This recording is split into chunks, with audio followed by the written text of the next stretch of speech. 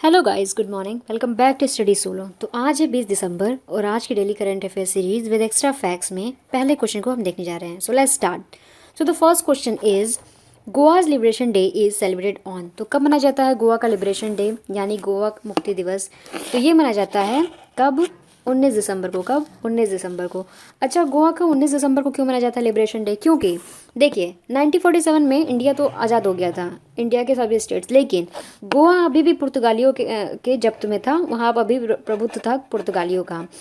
तो 1961 में, कब? 1961 में 19 दिसंबर 1961 में ये गोवा लिबरेट हुआ था पुर्तगालियों से, और इसीलिए उस दिन गोवा लिबरेशन डे मनाया जाता है। ठीक है। 1962 में आपको पता है चाइना से युद्ध हो गया, और 1965 में पाकिस्तान से, 1971 में फिर पाकिस्तान से। तो ऐसे ही फिर सिलसिला तो चलता रहा, बट ये 1961 में 19 दिसंबर को गोवा लिबरेशन डे मनाया जाता है, ये आपको याद रखना है। ठीक है। तो यहाँ पे बात आई है गोवा की। तो जो गोवा है उसके राज्यपाल हैं भगत सिंह कोश्यारी, और सीएम कौन है? तो सीएम है प्रमोद सावंत करंट में, और इसकी राजधानी है पणजी। ठीक है। तो इतना हम जानते हैं। इस क्वेश्चन से आगे बढ़ते हैं। Dash has set up dedicated control centre for space situational awareness. तो किसने अंतरिक्ष स्थिति जागरूकता के लिए समर्पित नियंत्रण केंद्र स्थापित किया है? तो किसने किया है? तो ये किया है इसरो ने। किसने किया है? इसरो ने। तो इसरो की फुल फॉर्म क्या होती है? ये होती है इंडियन स्पेस रिसर्च ऑर्गेनाइजेशन, यानी कि भारतीय अंतरिक्ष अनुसंधान अनुसंधान संगठन ने, जो बेंगलुरु के पिनिया है, क्या किसका? जो बेंगलुरु का पिन्या है जगह, वहाँ पे जो ISTRAC परिसर में नेत्रा नामक किसका क्या नामक? नेत्रा नामक एक समर्पित अंतरिक्ष परिस्थितिक संबंधी जागरूकता नियंत्रण केंद्र स्थापित किया है। क्या नाम है उसका जो इन्होंने सेटअप किया है? नेत्रा। ठीक है। तो नेत्रा की हम पहले फुल फॉर्म जान लेते हैं, ठीक है, फिर इसका काम जानेंगे। तो नेत्रा जो इन्होंने स्थापित किया है, इसका काम होगा, इसका पहले फुल फॉर्म है network for space object tracking and analysis. जहाँ पे अभी आप नोट करते हैं, इसको नोट कर लीजिए, network for space object tracking and analysis. तो जो नेत्रा है जिसको सेटअप किया गया है बेंगलुरु के पेनिया में, इसका जो उद्घाटन किया है वो किसने किया है? के सिवान ने। किसने किया है? जो इसरो के अध्यक्ष हैं के सिवन, उन्होंने किया है। और जो नेत्रा सेटअप किया गया है वो क्या करेगा कि जो भारत की अंतरिक्ष संपत्ति है, जो वहाँ पे जो भी यहाँ पे सैटेलाइट्स वगैरह लगाए गए हैं, भेजे गए हैं, उसकी निगरानी करेगा, ट्रैकिंग करेगा, सुरक्षा करेगा, और यह भारत के भीतर सभी जो ऐसे गतिविधियाँ हैं उसके केंद्र के रूप में कार्य करेगा नेत्रा। सो इतना हम इस क्वेश्चन जानते हैं। आगे बढ़ते हैं। तो यहाँ पे बात आई है the Indian space research organisation, यानी कि इसरो की। तो इसरो का हिंदी में कहते हैं भारतीय अंतरिक्ष अनुसंधान संगठन। तो ये जो है भारत की एक सरकार की अंतरिक्ष एजेंसी है। ठीक है। तो यहाँ के मुख्यालय क्या है? मुख्यालय है बेंगलुरु। मुख्यालय है बेंगलुरु। फाउंडर कौन थे सबसे पहले? विक्रम साराभाई। फाउंडेड यानी कि स्थापित कब किया गया था? 15 अगस्त 1969। ये क्वेश्चन जरूर पूछ देता है एग्जाम में, कभी कितनी बार पूछा जा चुका है। सो इसका फाउंडेड कब हुआ था? स्थापित 15 अगस्त 1969 में। पेरेंट ऑर्गेनाइजेशन कौन है? Department of space. और डायरेक्टर कौन है? के सिवान, यानी कि कैलाश वादिवो सिवान नाम है उनका। और सब्सिडियरी कौन है? मतलब सहायक विक्रम साराभाई अंतरिक्ष केंद्र इसकी सब्सिडियरी है। तो इतना हम इस क्वेश्चन जानते हैं। आगे बढ़ते हैं। Next question is what is the rank of India in UN's human development index 2020? तो क्या है इंडिया की रैंक? तो इंडिया की रैंक इस बार है 131। इस बार हम 2 पायदान और फिसल गए हैं, मतलब संयुक्त राष्ट्र के जो मानव विकास सूचकांक है उसमें भारत 2 पायदान फिसल कर 131वें स्थान पे पहुंच गया है। ठीक है। और लास्ट टाइम तब हम कितने थे? तब हम 29 पे थे, 129 पे लास्ट टाइम थे 2019 में, और इस बार 131 पे हैं 2020 में। ठीक है। तो ठीक है, हमारा रैंक तो पता चल गया कि 131 है। इसमें टॉप किसने किया है? तो टॉप पे है नॉर्वे। कौन है टॉप पे? नॉर्वे टॉप पे है। ठीक है। सेकंड पे है, इसके बाद है आयरलैंड। कौन है? आयरलैंड सेकंड पे है। थर्ड पे है स्विट्जरलैंड, फिर हांगकांग है, फिर आइसलैंड का स्थान आता है। ठीक है। टॉप 3 तो आपको याद रखना है, Norway, then Ireland, then Switzerland. Fourth पे हांगकांग, और फिफ्थ पे है आइसलैंड। ठीक है। भारत के पड़ोसी देशों के बारे में हम जान लेते हैं। भारत के पड़ोसी देश में भारत हो गया 131वें स्थान पे। जो भूटान हमारा पड़ोसी है वो है 129 स्थान पे। बांग्लादेश 133 स्थान पे है। नेपाल है 142 पे, और पाकिस्तान है 154 पे। तो इसको आपको नोट कर लेना है। ठीक है। इस सूचकांक में मतलब कि ह्यूमन डेवलपमेंट इंडेक्स 2020 में है ये। और ब्रिक्स समूह में हम देख लेते हैं कि रूस का जो मानव विकास सूचकांक में 52वां स्थान है, ब्राज़ील का 84 है और चीन का 85 है। ब्राज़ील और चीन एकदम आसपास है, 84 ब्राज़ील है, 85 चीन है और रूस हो गया 52।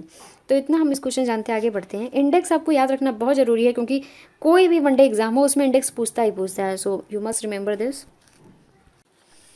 Next question is who launch परिश्रम पोर्टल। तो किसने लॉन्च किया है परिश्रम पोर्टल? तो ये लॉन्च किए हैं जो उड़ीसा के सीएम है, कौन है? नवीन पटनायक। उन्होंने लॉन्च किया है परिश्रम पोर्टल। ठीक है।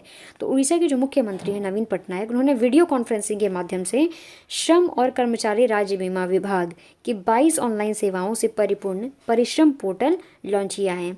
कितनी सेवाएं इससे परिपूर्ण है, मतलब कितनी सेवाएं इसमें प्रदान की जाएंगी? 22 ऑनलाइन सेवाओं से परिपूर्ण परिश्रम पोर्टल लॉन्च कर दिया है। किसने? सीएम। किस कहाँ के? उड़ीसा के जो सीएम है नवीन पटनायक, उन्होंने किया है। ठीक है। तो उन्होंने कहा है कि जो पोर्टल है एवं जो ऑनलाइन सेवाएं हैं वो ईज़ ऑफ डूइंग बिजनेस में सहायक होंगी तथा राज्य के औद्योगिक विकास में महत्वपूर्ण योगदान देंगी। तो यहाँ पे बात आई है उड़ीसा की। तो उड़ीसा को मैप में देख लेते हैं, ये है उड़ीसा। ठीक है। ये रहा उड़ीसा जो कि बे ऑफ बंगाल के जस्ट पूर्वी एक राज्य है, पूर्व के साइड में है, ये पूरबी आता है ये। ठीक है। और बे ऑफ बंगाल के जस्ट पास में है। और ये अपनी संस्कृतियों, जो आदिवासी संस्कृतियां हैं और कई हिंदू मंदिरों के लिए जाना जाता है। ठीक है। इसकी राजधानी है भुवनेश्वर। गवर्नर है गणेशी लाल। सीएम है नवीन पटनायक और जनसंख्या 4.37 करोड़ 2014 के हिसाब से। सो इतना जानते हैं इस क्वेश्चन से, आगे बढ़ते हैं। Next question is India pledges dash million to वाडा फॉर साइंटिफिक रिसर्च। तो इंडिया ने जो भारत में जो वैज्ञानिक अनुसंधान के लिए जो वाडा है, वाडा का फुल फॉर्म होता है वर्ल्ड एंटी डोपिंग एजेंसी, उसमें कितने मिलियन डॉलर का योगदान दिया है? तो कितने मिलियन डॉलर का योगदान दिया है? तो 1 मिलियन डॉलर का। ठीक है। तो जो भारत है, जो वाडा है, फिर से वाडा का फुल फॉर्म है वर्ल्ड एंटी डोपिंग एजेंसी है, उसको वैज्ञानिक अनुसंधान बजट के लिए 1 मिलियन अमेरिकी डॉलर का योगदान दिया है।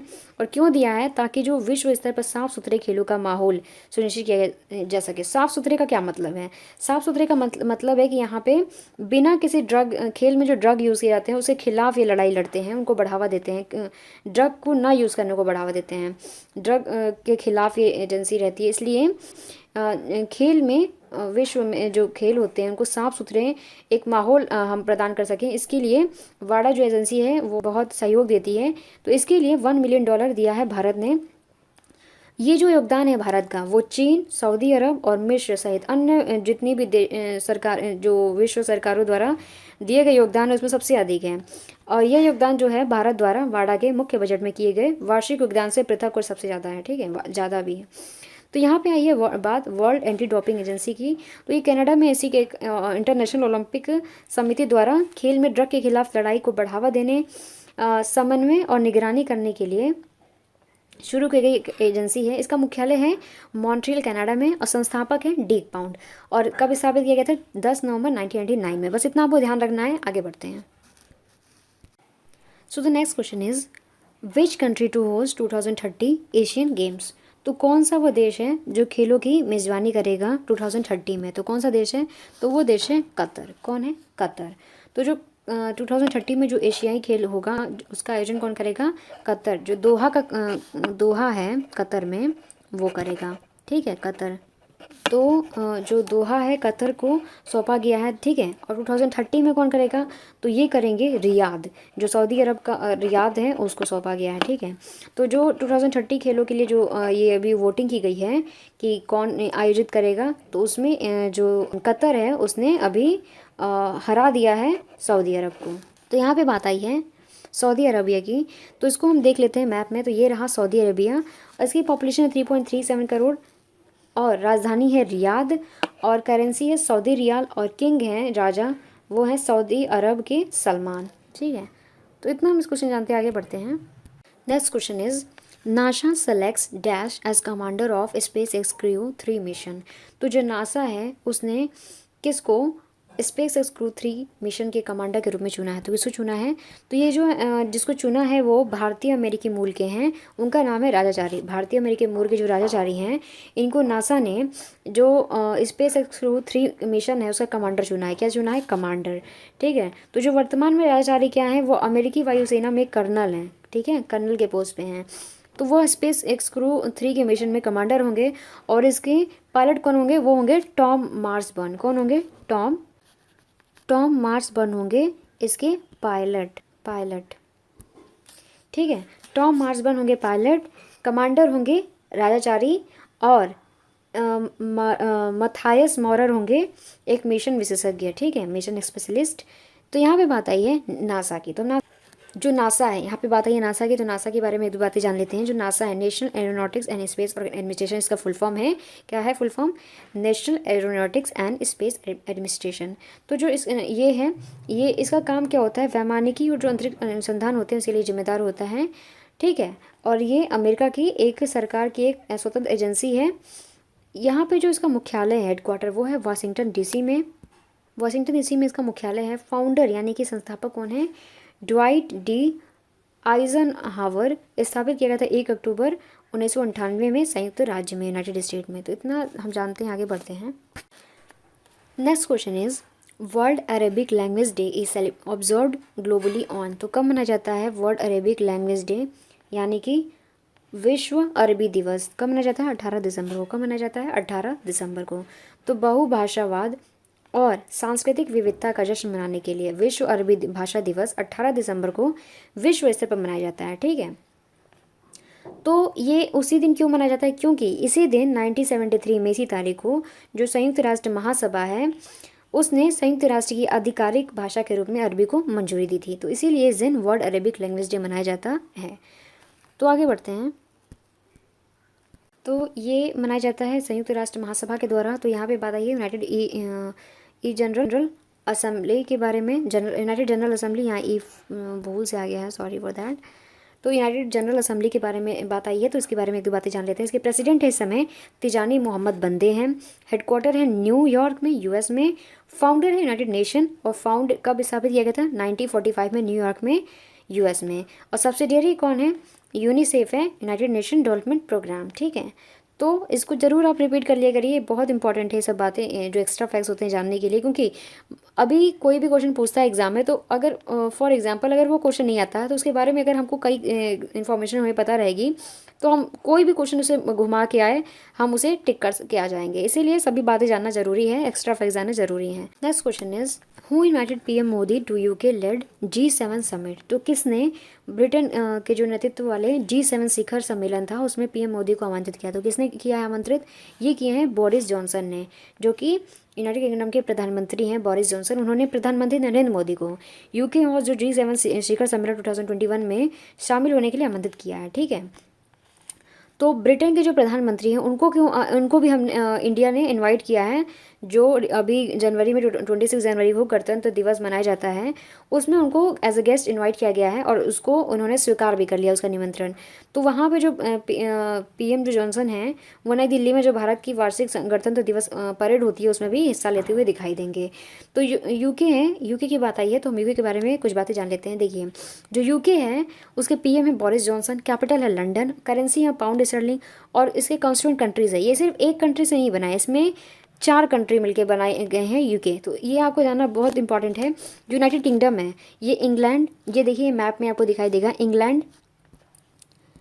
इंग्लैंड, ठीक है, स्कॉटलैंड, वेल्स और नॉर्दर्न आयरलैंड, ये चारों मिला के इसको हम कहते हैं यूके, यूनाइटेड किंगडम। ठीक है, so this was the last question guys.